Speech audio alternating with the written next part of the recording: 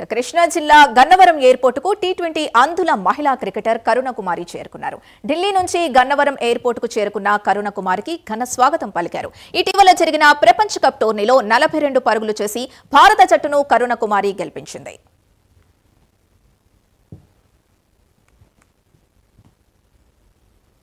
నాకు చాలా హ్యాపీగా ఉంది. ఫస్ట్ టైం మా నాన్న కూడా పంపించడానికి ఒప్పుకోలేదు. దీపు అక్క ఫోన్ చేసి డైలీగా పంపించండి, మీ కూతురు లైఫ్ బాగుంటుంది అనేవాళ్ళు. అలాగే నేను కూడా మా డాడీకి ధైర్యం చెప్పాను, నేనేమేవాను గెలిచేసి కప్పు తీసుకొని వస్తాను, మీకు మంచి పేరు తెస్తాను అన్నాను. చాలా గ్రాండ్గా జరిగింది, చాలా హ్యాపీ. ఇదే ఫస్ట్ టైం నేను మొత్తం బాగానే ఉంది.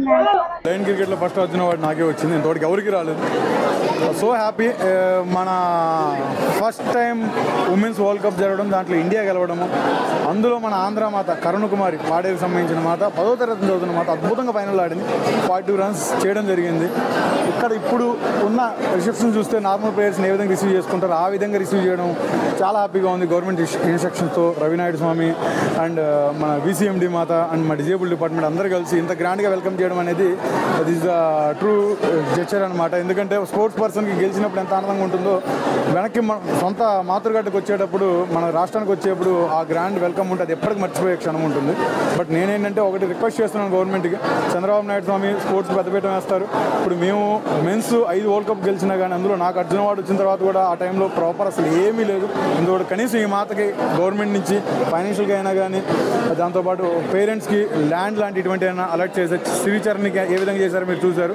అటువంటిది ఈ మాతకి కనీసం దాంట్లో సగం చేసినా కానీ మనం ప్రాపర్ జస్టిఫికేషన్ చేసినట్టు నేను ఫీల్ అవుతాను. అట్ ద సేమ్ టైం చాలా స్పోర్ట్స్ పర్సన్స్ ఫీల్ అవుతారు. ఎందుకంటే వరల్డ్ కప్ తేవడం అనేది చిన్న విషయం కాదు. భారతదేశంలోనే కాదు, ఆంధ్రప్రదేశ్ రాష్ట్రంలో ఉన్న దివ్యాంగులందరూ కూడా చాలా ఆనందంగా ఉన్నారు.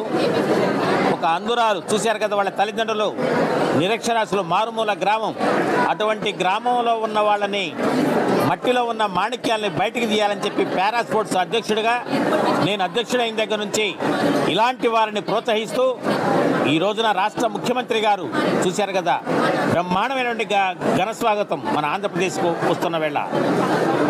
ఈ స్పోర్ట్స్ పాలసీని కూడా నార్మల్ వాళ్ళకి ఏ విధంగా ఉంటుందో, రవినాయుడు గారు చైర్మన్ అయిన తర్వాత పాలసీలో కూడా మార్పులు చేసి ఎన్నో ప్రోత్సాహాలు ఇచ్చేసి దాదాపుగా పారా స్పోర్ట్స్లో మెడల్స్ వచ్చిన వారికి గత సంవత్సరం 2 కోట్ల రూపాయలను వాళ్ళ అకౌంట్లో కూడా వేయడం జరిగింది.